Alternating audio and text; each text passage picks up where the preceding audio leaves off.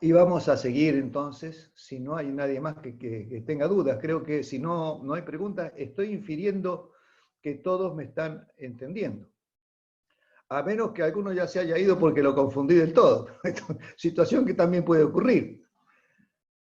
Bueno, de nuevo a clase.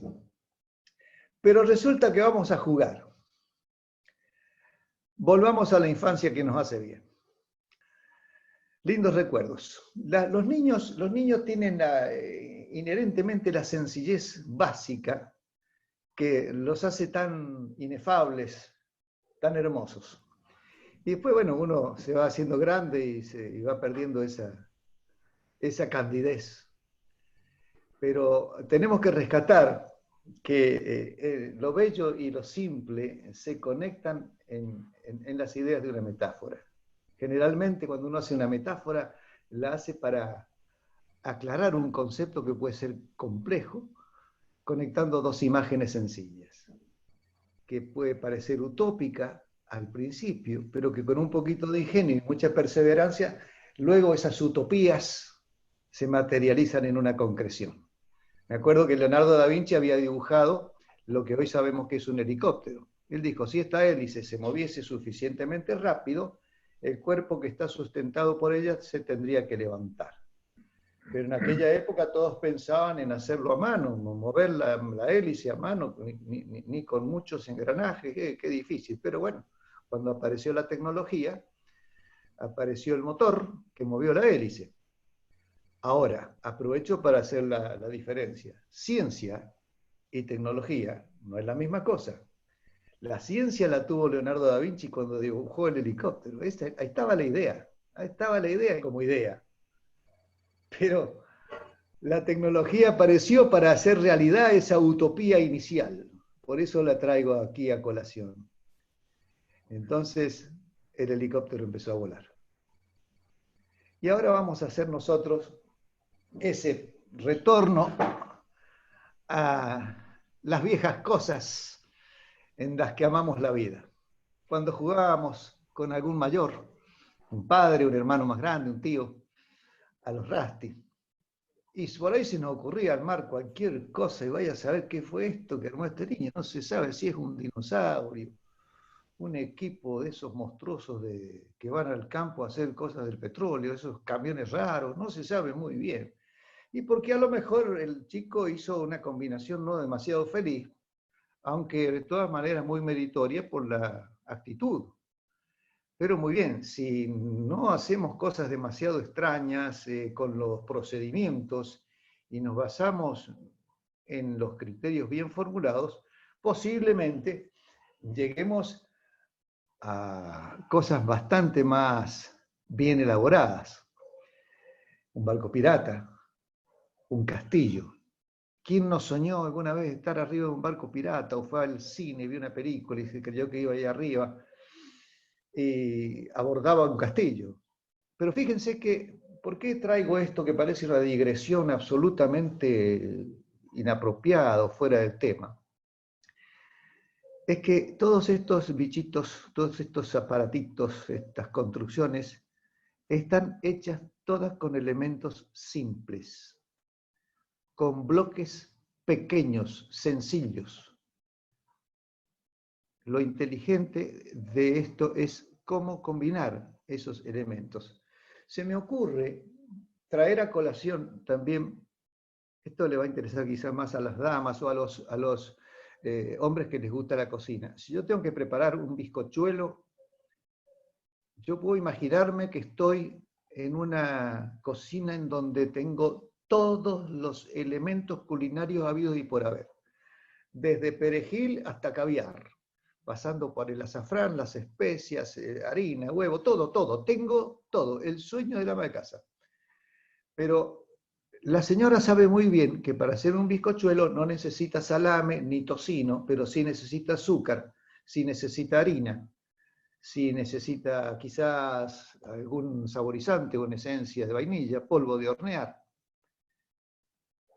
Pero esto es lo cualitativo. Son todos elementos simples, pero también es importante saber cuánto de cada ingrediente debe intervenir en la receta para que la receta salga como queremos.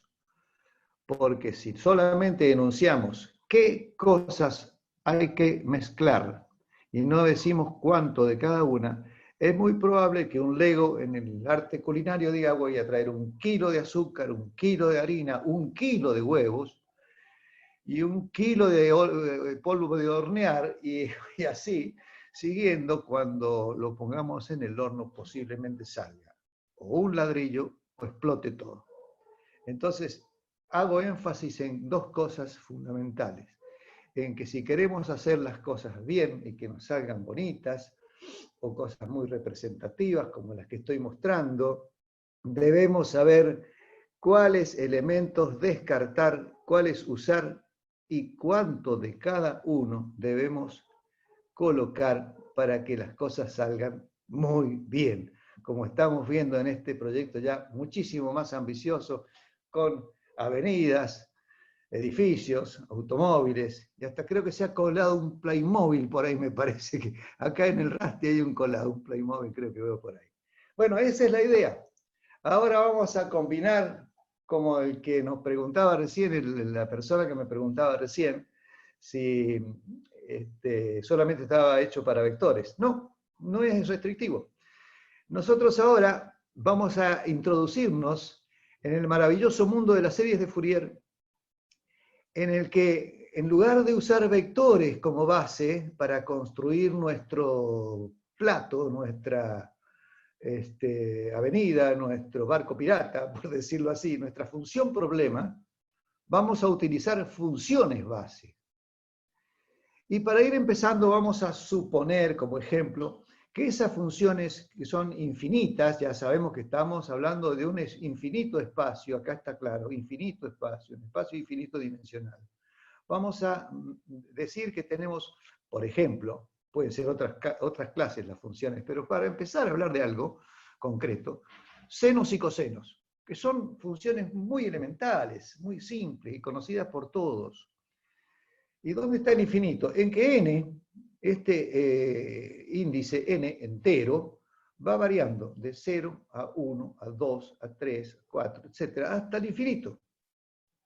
Eso es una cosa. El t es el tiempo, y omega sub 0, este otro intruso que tenemos aquí, no es tan intruso, porque si nosotros vamos a describir una función periódica que se repite cada t unidades de tiempo, esta t que estoy señalando se llama período, omega sub 0 es la frecuencia angular que depende inversamente del período. Es decir, que si nosotros tenemos conocido el período con que se repite ese evento periódico que queremos describir, que no tiene una función matemática propia porque es complicado, vamos a tratar de conseguirlo armando con senos y cosenos, que son los bloquecitos simples, esa función complicada. Y esta letra omega sub 0 es la conocida como frecuencia fundamental del fenómeno periódico que intentamos describir. Entonces, por eso esta A tiene un rulito, acá un moñito que está indicando que es un fenómeno periódico. Entonces, miren qué fácil se nos ha puesto ahora la cosa. Primero sufrimos un poco, el emoticón lloraba, estaba cansado, pero ahora nosotros decimos, bueno, vamos a ponerle coeficientes de escala, esta es la dosis, a cada uno de estos ingredientes, y vamos a sumar en principio los infinitos ingredientes. ¿Cómo van a decir ustedes? ¿No era que el bizcochuelo no llevaba salame, tocino, tampoco llevaba filete de pescado? Bueno, claro, cuando un elemento no integra la receta, ese elemento queda afectado por un coeficiente 0. Eso tiene de bueno la matemática. La matemática expulsa de sí misma lo que no debe intervenir. Por lo tanto, no hay ningún problema, ningún inconveniente en considerar siempre los infinitos ingredientes. Los que no vayan a tener que estar van a tener coeficiente 0. Y los que tengan que estar tendrán un coeficiente que será la dosis correcta en la que tiene que intervenir. Y esta formulación, amigos, es la famosa serie trigonométrica de Fourier, en donde sumamos elementos infinitos, desde el índice 0, que lo he puesto aquí aparte, como A sub 0 sobre 2, y desde 1 hasta el infinito, estos senos y cosenos, que son funciones sumamente sencillas, y podemos con ello construir complejidades bastante abstrusas y que al principio nos pueden acobardar. Por ejemplo, si nuestro propósito fuese armar esta señal o función rectangular roja que estoy señalando, no hay ninguna función matemática que tenga esta forma y que se repita periódicamente. Aquí no hemos dibujado las repeticiones, pero esto sigue a continuación acá como empezó acá, y esto sigue repitiéndose de forma indefinida. ¿Cómo podemos buscar una expresión matemática cuya gráfica se acerque por lo menos con muy buena aproximación a esos pulsos rectangulares positivos y negativos que se suceden periódicamente? Sumando senos y cosenos en cantidades adecuadas. Acá lo que tenemos en azul es la curva seno fundamental, que tiene la misma duración en periodo que el fenómeno propuesto, por eso se llama fundamental. En este caso, las componentes de índice par se anulan, esos ingredientes no van, y sí van las armónicas impares, es decir, la tercera, la quinta, la séptima, la novena, etc. Aquí están dibujadas unas pocas. Si nosotros hacemos la suma sucesivamente, vamos a ver, miremos aquí a la izquierda, que solamente la primera coincide apenas, muy poco se aproxima a la señal rectangular. Pero cuando le sumamos la primera de las componentes que van, es decir, la tercera armónica, la verde, ya toma esta otra forma, lo rojo que tengo acá, y ya se parece un poquito más.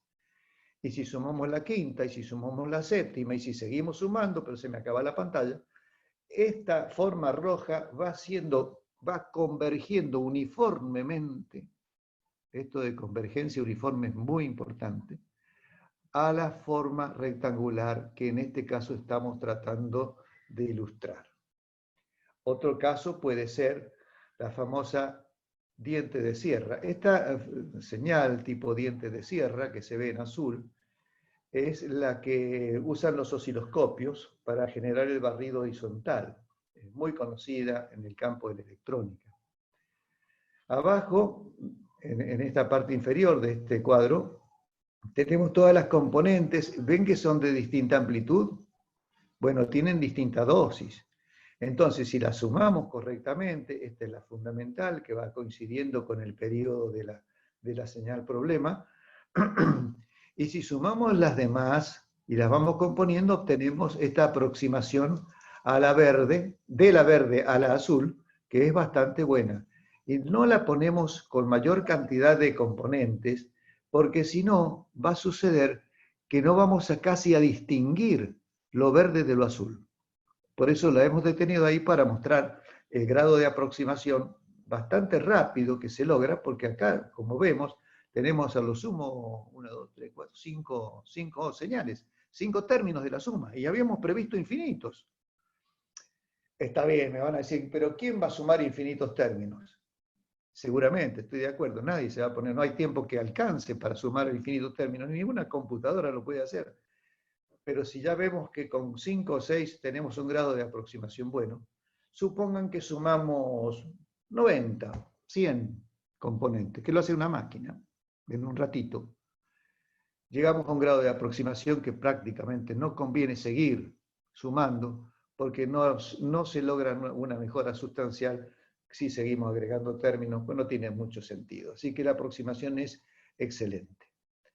Por supuesto que hay ciertas condiciones que la función problema tiene que cumplir para ser representable por series de Fourier, que se llaman condiciones de Dirichlet, que ahora no voy a entrar en ese punto, porque no me parece adecuado para la pedagogía que intento con un grupo variado de personas. Así que entendamos la idea básica, que es la que estoy tratando de inducir. ¿Cómo se determinan esas constantes? A ver, voy a volver un poquito. No. Estas constantes, como puse la serie de Fourier acá arriba por precaución para tenerla a mano, no me acordaba, aquí están. Estas constantes, estas dosis de cada uno de los elementos bases sencillos, cuántos ladrillitos chiquitos, cuántos medianos, cuántos tengo que poner, estos A sub n, estos B sub n, se determinan en función de esta fórmula, en donde obviamente aparecen las características de la función que deseo. Y me van a decir, pero si yo no conozco A sub t, porque tengo planteado ese problema, que no la conozco, para poder armarla por serie de Fourier, mal podría yo decir que para determinar estas constantes que me resolverían el problema, tengo que apelar a la función que no conozco. Sería una pregunta excelente, muy válida. La respuesta es que no se trata del perro mordiéndose la cola, afortunadamente, sino que lo que nosotros tomamos de esta señal problema es lo que está entre 0 y t. Nada más. Y en ese pedacito de la función, en el periodo de la función, sí podemos hacer algo. Entonces, ahora sí voy a retroceder un poquito. Si yo conozco que entre 0 y t, vamos a poner que 0 está acá y t está acá, y luego se repite todo igual. Hay una recta. Pues hombre, le pongo en la integral, en el a sub t, la expresión de esa recta, y procedo y le damos para adelante, tanto para obtener la dosis de a sub n como de b sub n. Si fuese otro el caso, por lo general, siempre podemos definir en ese periodo algo que por lo menos nos dé cuenta muy buena de qué es lo que conforma ese periodo para poder hacer las cuentas que nos pide la serie de Fourier para determinar bien las dosis o con muy buena aproximación esas dosis para colocarlas aquí en la fórmula, proceder a la suma y obtener para A sub t la expresión que nosotros estamos buscando. Y de acá, de estas dos constantes dosis, sale el concepto fuerte e importante para la charla de hoy de la definición de los espectros, tanto de amplitud como de fase. En una de las charlas anteriores, creo que Leandro Echavarría, me parece que habló mucho de espectros que se usaban para determinar distintos materiales en el suelo, con vegetación, sin vegetación. Bueno, son estos mismos espectros. Nada más que extendidos a la integral de Fourier, que es una extensión de la serie de Fourier, como veremos enseguida. Pero es esto, justamente. Entonces nos preguntamos lo siguiente, a ver si esta parte quisiera que se entendiera bien. Yo puedo decir que en la frecuencia, vamos a decir N3, vamos a ponerle un 3, en 3 omega 0 está presente aquí y también está presente aquí, 3 omega 0. Estoy sumando una frecuencia de 3 omega 0, radianes por segundo, y acá también, con una amplitud que para el coseno va a tener, miremoslo acá mejor, para el coseno va a tener una amplitud AN, que no necesariamente va a ser igual que BN. Entonces tenemos que hay un seno con una estatura, una amplitud B sub n, y un coseno, la línea negra, que tiene una amplitud A sub n, pero en las dos, cuando sumamos, bueno, en definitiva, ¿cuánto es la intensidad neta en esa frecuencia? La que aporta tanto el coseno como el seno en esa misma frecuencia. Muy bien. El planteo entonces es decir, ¿cuánto de fuerte es esa componente 3 omega 0? O 4, sea el n que elijamos. La respuesta está casualmente en hacer la suma pitagórica, raíz cuadrada de la suma de los cuadrados de A sub n y B sub n para darnos la amplitud A sub n, que es esta, la amplitud que vemos en azul, la cresta esta, que está más alta que la negra y más alta que la roja, y su máximo ya no está en el origen, como era el coseno, sino que está corrido un ángulo hacia la derecha, en este ejemplo, que es el ángulo de fase, phi sub n, que se obtiene a partir de esta otra expresión. Y ustedes dirán, ¿y eso de dónde viene? Bueno, acá está este triángulo. Miren, es muy fácil. Si todos sabemos que en un triángulo rectángulo el seno trigonométrico está relacionado con el cateto opuesto, la amplitud del seno trigonométrico que vemos acá la vamos a asociar con el cateto opuesto y la del coseno con el cateto adyacente. De ahí que surja que la resultante es la hipotenusa, que la obtenemos gracias a nuestro querido Pitágoras. Y bueno, determinar el ángulo conociendo los catetos opuesto y adyacente es un juego bastante sencillo con el arco cuya tangente vale B sub n sobre A sub n. Es decir, que tendremos una línea de amplitud por cada n y una línea de fase por cada n. Esta A serán voltios, centímetros, la unidad de que se trate el fenómeno que estamos describiendo, y este ángulo se medirá en radianes. Entonces, como tenemos el n variando de 0 hasta el infinito, vamos a tener la posibilidad de dibujar intensidades a distintas frecuencias, 1 omega 0, 2 omega 0, 3 omega 0. Cada una de esas intensidades se va a llamar A sub 1, A sub 2, A sub 0, A sub 3, A sub 4. Y haremos un espectro de amplitudes, es decir, de intensidades, de dosis de cada frecuencia que está presente en esa señal. Y el ángulo de fase me va a decir cómo tengo que enfrentar las distintas sinusoides para poder luego hacer la suma sin alterar la forma final. Porque si nosotros no enfrentamos bien en su posición relativa una respecto de la otra con este ángulo, no nos va a salir bien, porque tanto es importante la amplitud como el corrimiento de fase que tiene cada componente. Una forma equivalente de la forma trigonométrica, en esto vamos a pasar rápido, pero la traigo porque es interesante la forma que tiene. Es la forma exponencial de la serie de Fourier. Lo que nosotros hacemos es transformar los cosenos y los senos que vimos antes por sus equivalentes. Estas son las identidades de Euler. Son identidades. El seno se puede escribir también así y el coseno se puede escribir así. Y una vez que colocamos esto en lugar de senos y cosenos en la fórmula trigonométrica y trabajamos un poquito, no mucho, llegamos a esta otra expresión que es totalmente equivalente a la forma trigonométrica y que se llama forma exponencial de la serie de Fourier, en donde la única gran diferencia es que no empieza en cero, sino que viene de menos infinito a más infinito. Es una sumatoria de doble ala que producirá un espectro de doble ala, es decir, tendrá componentes a la izquierda del cero y a la derecha del cero, tanto en amplitud como en fase. Como el espectro está desdoblado, la amplitud a sub n que teníamos recién, aquí aparece dividida por 2, porque va a aparecer en la frecuencia n omega 0 y en menos n omega 0, debido a que n toma valores negativos y positivos. Pero eso es todo el problema. Y la forma de conseguir el número este es esta otra fórmula que es parecida a la que veíamos recién para los ANBN. Y el ángulo de fase es exactamente igual que antes.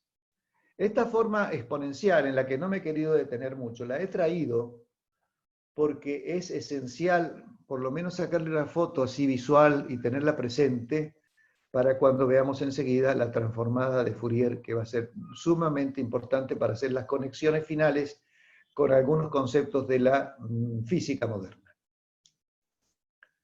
Aquí tengo un ejemplo de esos espectros. Traje una figura, ya después aparecerán las referencias bibliográficas del caso, de donde obtuve estas figuras, en donde hemos sumado una buena cantidad de términos. Fíjense que hasta acá todavía hay algunas pequeñas componentes que están integrando, y con qué grado de aproximación se llega a la función o onda, le dicen onda. A mí no me gusta llamarle onda porque esto no se está propagando, pero bueno, llamémosle onda rectangular o tren de pulsos rectangulares.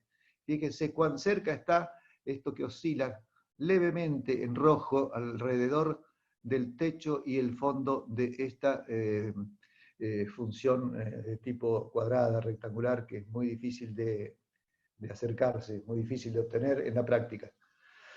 Este primero grupo de costillas, como se ven, por eso de ahí viene el nombre espectros, Y este otro, este es el espectro de magnitudes, los A, y este es el espectro de las fases, los phi.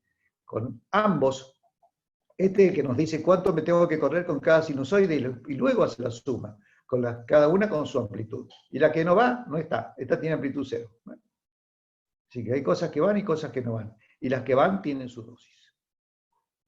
Y este es el enfrentamiento que tenemos que colocar entre cada una de las componentes para poder hacer la suma correctamente y que nos dé esta figura.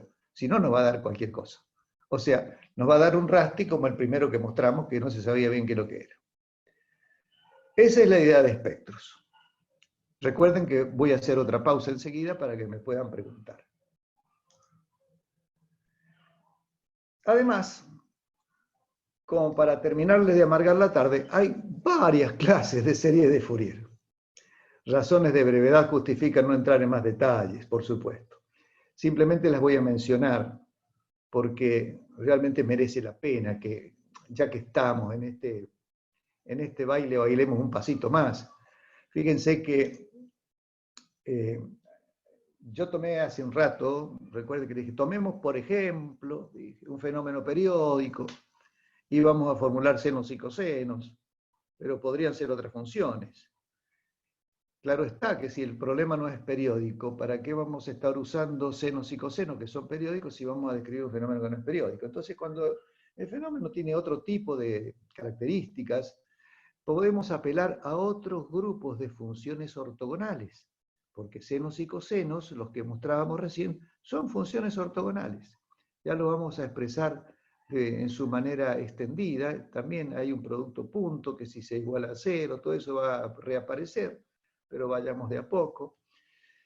Digamos aquí, simplemente para por lo menos mostrar el origen y los que tengan interés en profundizar sepan por dónde caminar hacia este nuevo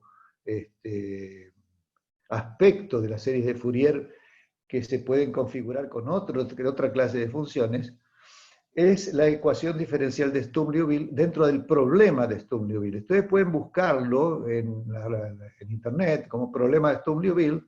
Hay versiones más sencillas, hay versiones más amigables, pero bueno, todos parten de una ecuación diferencial que tiene acá, esta que he puesto en rojo, que se llama función de peso, que por ahí la vamos a ver, pero no se haga mucho problema. Esta es una función, una ecuación diferencial que puede llamarse que como si fuese la madre de otras muchas ecuaciones diferenciales que surgen como consecuencia de esta, según qué condiciones le vayamos imponiendo a esta ecuación diferencial. Y justamente, si nosotros imponemos condiciones periódicas, esa ecuación diferencial que mostraba recién se transforma en la ecuación del oscilador armónico. Fíjense, el oscilador armónico, vaya que sí nos interesa, ¿no? Aparece en la física moderna. Una ecuación muy sencilla cuyas soluciones son senos y cosenos, que son funciones ortogonales. Si le imponemos otra clase de condiciones de contorno, la ecuación de Sturm-Liouville degenera en esta otra, que es la ecuación diferencial de Bessel, cuyas soluciones son funciones de Bessel que también son ortogonales entre sí. Y así, si seguimos, van a aparecer ecuaciones diferenciales de Legendre, cuyas soluciones son funciones ortogonales llamadas polinomios de Legendre, y también están los de Chebyshev, los de Hermite, Laguerre, Jacobi. Es decir, hay una gran cantidad de grupos de funciones que son ortogonales y que las podemos usar del mismo modo que hemos usado hasta aquí, senos, cosenos, funciones exponenciales, y son todas familias de funciones ortogonales con las ventajas que la ortogonalidad nos trae para poder manejar fácilmente la matemática menor, digamos así, en el desarrollo, cuando queremos hacer algún problema operativo. En general, entonces, una serie de Fourier vista en forma genérica, lo que hace es sumar con coeficientes de ponderación, nada nuevo, funciones.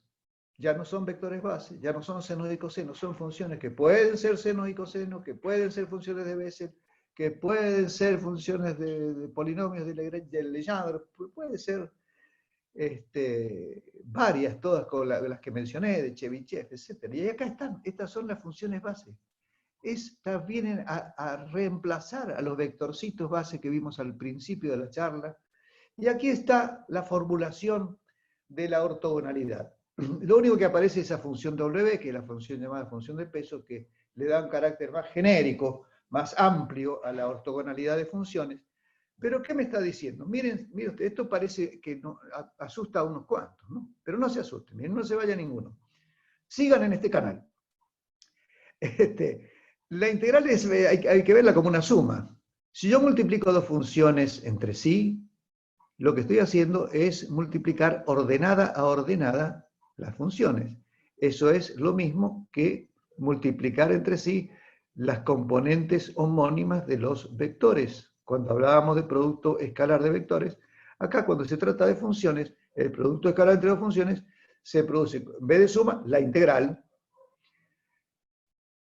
del producto de las distintas ordenadas de las distintas funciones. Esto está para generalizar, es una función que se mantiene positiva en el intervalo de integración, no digo más nada. Y si es cero, es porque esta función f sub i y esta otra función f sub j, distinta de i, porque si fuera lo mismo, nada puede ser ortogonal consigo mismo. Son dos funciones distintas dentro del grupo de funciones que hemos elegido, que tienen que dar siempre, si son distintas y pertenecen a la familia de funciones ortogonales, deben dar el cero. Si i es distinto de j, o sea, hemos tomado un seno y un coseno, o un coseno de n con un coseno de n más 4, etc. Y si fuese el mismo i con j, es decir, que estamos tomando la misma función consigo misma, lo que vamos a obtener es la norma cuadrado. Es decir, estamos nuevamente dentro de la formulación de un espacio en el que aparece la norma, que se obtiene con fórmulas equivalentes a las que hemos estado viendo recién. Aquí les puse como para recordar el a sub n, o podría haber sido el b sub n, para acordarse. Acá está la función problema y acá está la función coseno, cuyo coeficiente de ponderación es a sub n. Bueno, acá en esta forma general tenemos la función problema y acá está la función que sería el caso del coseno, la función más general, f sub n, componente, cuyo coeficiente en la fórmula generalizada es el c sub n que queremos determinar. O sea, exactamente lo mismo, pero ya diciendo que las f sub n pueden ser senos, cosenos, exponenciales complejas, polinomios de Legendre, de Chebyshev, funciones de Bessel, en fin, según la serie de Fourier que querramos manejar. Hasta ahí con esto.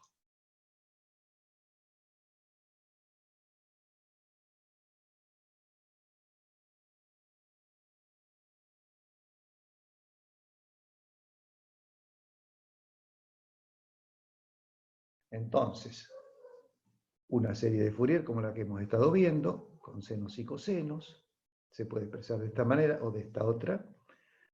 Esta está hecha con la forma genérica, donde P sub n son polinomios de Legendre. Acá tenemos la J sub P, función de Bessel de orden de primera clase y de orden P, o funciones con polinomios de Chebyshev. Todas son combinaciones lineales, todas son combinaciones lineales, con ponderación, ¿no es cierto?, de funciones base ortogonales. Eso lo venimos viendo desde el comienzo de la charla, así que es lo mismo, pero siempre extendiendo un poco más los brazos para lograr un mayor alcance conceptual.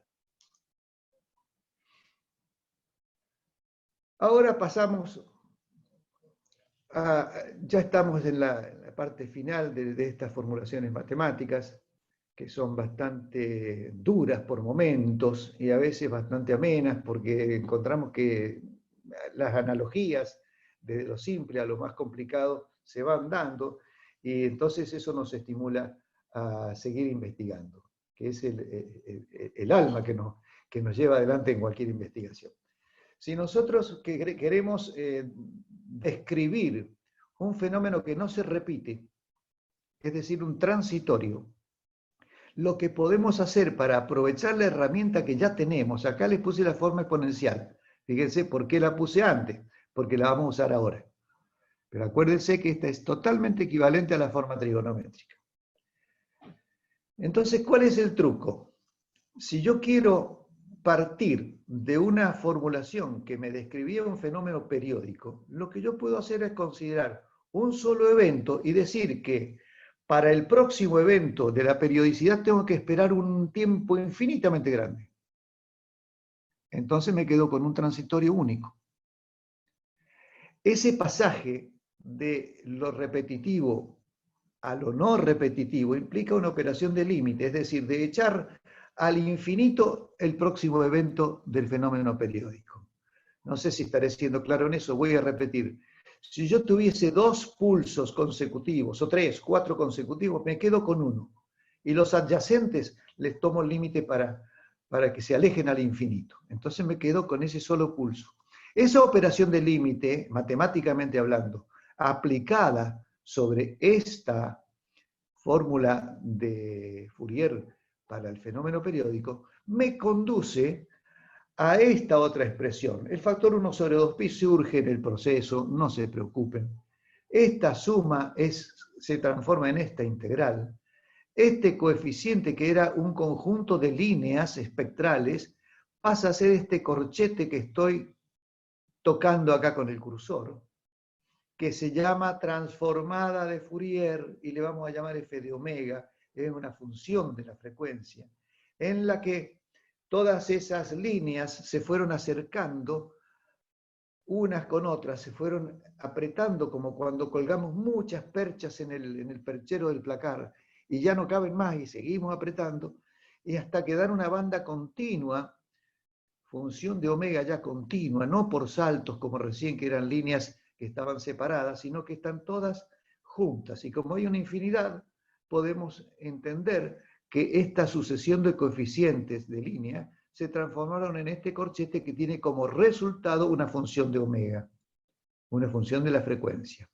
Este núcleo, que es E a la J frecuencia T, aquí está. Nada más que el n omega 0 se transformó en una variable discreta en una variable continua omega. O sea que fisonómicamente cambia, pero no mucho. Esta suma es esta suma, este coeficiente es todo este corchete y todo lo demás es todo lo demás. Entonces, describimos la función f de t, ahora he cambiado la forma, porque esta es periódica y esta no, de una manera muy expeditiva, pasando con el límite de esta formulación que nos es sumamente útil, la aprovechamos y pasamos directamente a esta otra. Observación importante. T y omega, o sea, tiempo y frecuencia angular, son magnitudes que tienen unidades recíprocas. Una está en segundos, por ejemplo, y la otra en 1 sobre segundo. ¿Por qué es eso? Porque el exponente debe ser adimensional. La n es un número adimensional. Omega sub 0 está en segundo a la menos 1 y el tiempo en segundos. Por lo tanto, todo este exponente es adimensional. Y acá igual, son adimensionales. Entonces, es importantísimo, más allá de la adimensionalidad del exponente, es importante entender que entre tiempo y frecuencia u otro par de variables análogas, duales, tienen que ser de unidades recíprocas. Entonces, aquí vamos a distinguir los espectros de línea que les hablaba recién, que he repetido, las líneas espectrales correspondientes al fenómeno periódico, que no está puesto como periódico en el dibujo, pero es el periódico que veíamos recién, del tren de ondas rectangulares. ¿Cómo sería su análogo si este rectángulo es uno solo y no se repite más? Si nosotros trazamos una envolvente acá, que va oscilando, sube, pasa por un máximo y acá sigue oscilando. Es lo mismo que tenemos acá, pero ya no en saltos discretos, sino en línea continua. Esto es el espectro correspondiente a un fenómeno transitorio aperiódico y que es manejable con la integral de Fourier, mientras que este fenómeno periódico es manejable con la serie de Fourier. Y esto es muy importante que lo tomen en cuenta antes de hacer la pausa que viene.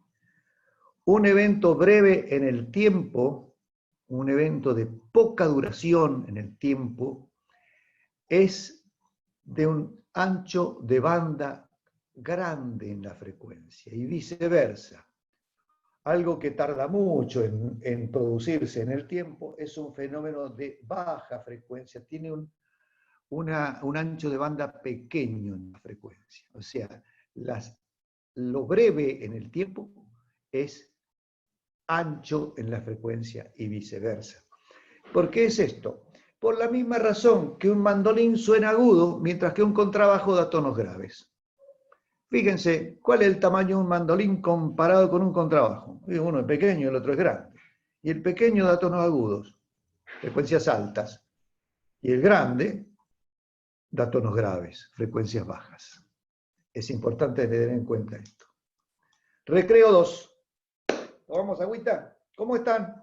Pero está Juan Maldacena, que nos habla de 11 dimensiones. Entonces, todo esto, de alguna manera, creo que sirve de base para ir abriendo las puertas y entender un poquito más.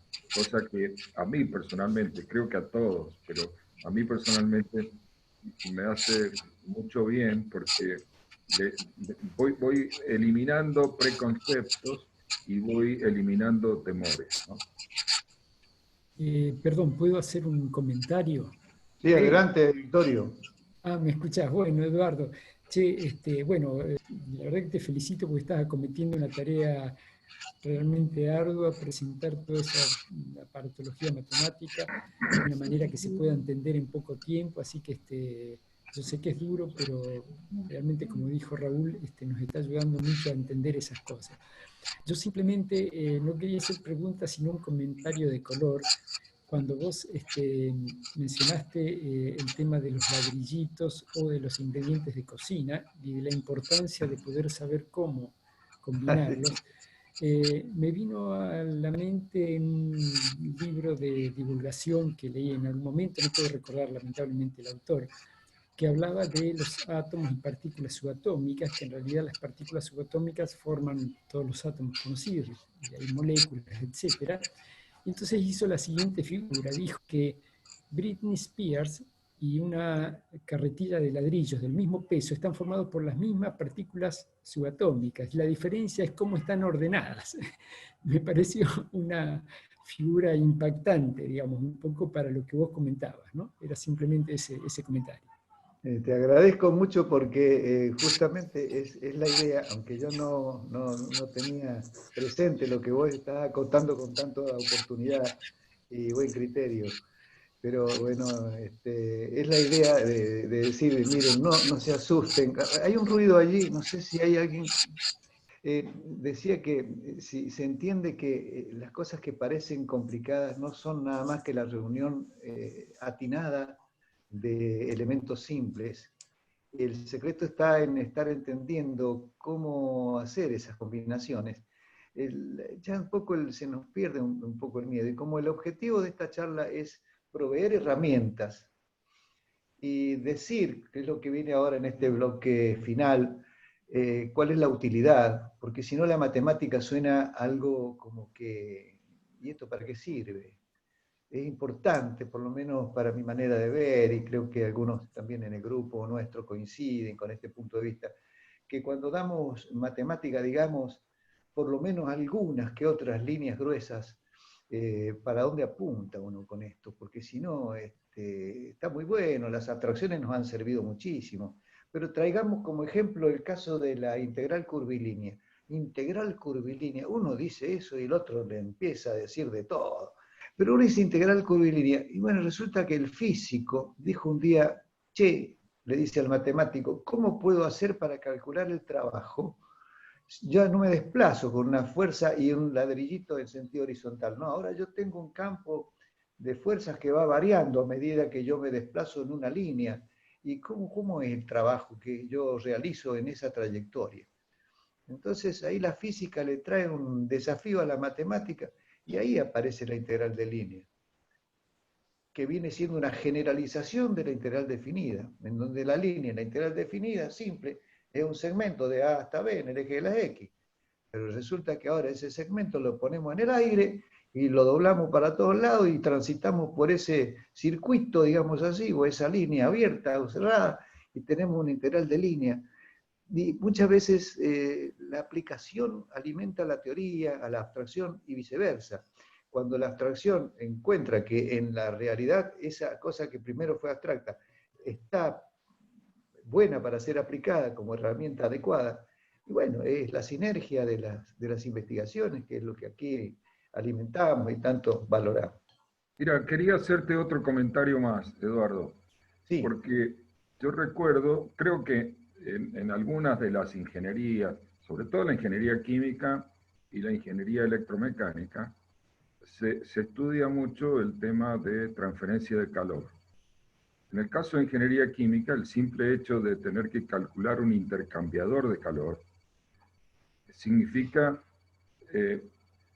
algunas ecuaciones. Y para quien tiene que diseñar equipos de ese estilo, sobre todo equipos donde haya conducción de calor a través de una pared determinada.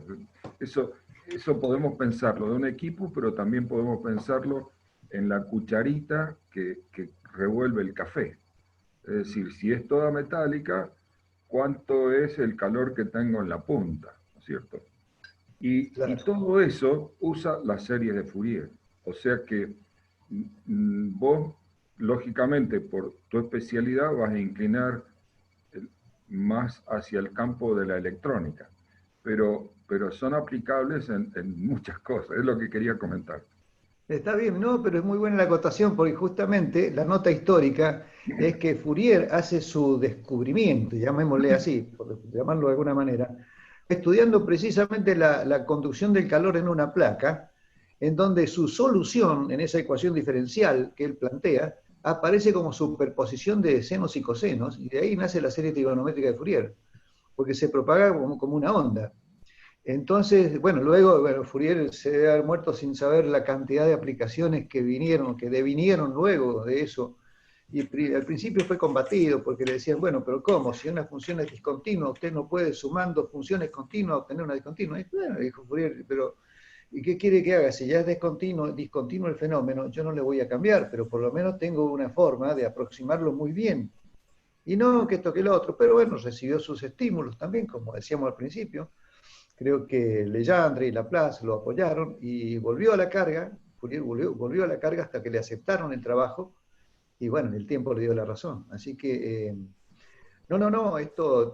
análisis de Fourier forma parte de un gran campo en la matemática, no solamente para la electrónica. Eso, a mí me encanta verlo aparecer por muchos, pero por muchos rendijas está todo. Es difícil encontrarse en la matemática algún punto, alguna subdisciplina donde no esté relacionada con esto de los espectros. Así que esto no está circunscrito tampoco para mí dentro de la electrónica pura. Así que está ¿Puedo bueno hacer comentar una tu comentario. acotación? Sí. Roberto Lauro. Roberto, ¿cómo te va? ¿Qué tal? Con respecto a Fourier, cabe destacar que Fourier vivió a caballo entre el 1700 y el 1800. Y todas las cosas que él previó, como ahora la transformada rápida de Fourier, que se utiliza como método de modulación y en el 5G, para hablar algo que está de moda, solo se pudo lograr en la actualidad gracias a la miniaturización. Pero Fourier, lo que descubrió Fourier, lo que hizo Fourier a caballo entre el siglo XVIII y XIX, es un avance sensacional para la tecnología actual. Voy a hacer algunos empalmes con la física. Voy a hablar un poquito del hamiltoniano y la ecuación de onda de Schrödinger y del principio de incertidumbre para después, Claro. vamos a ir justamente ahora a la parte de las aplicaciones. Bueno, corto rápidamente. El otro tema muy importante es los espacios de Fourier y su influencia en la física cuántica actual. Claro, exacto. Ese tema, son dos temas que has tocado que están en el candelero hoy y muestran el futuro próximo de lo que son las comunicaciones, de manera tal de que esto nos sirve como base para después profundizar esos temas.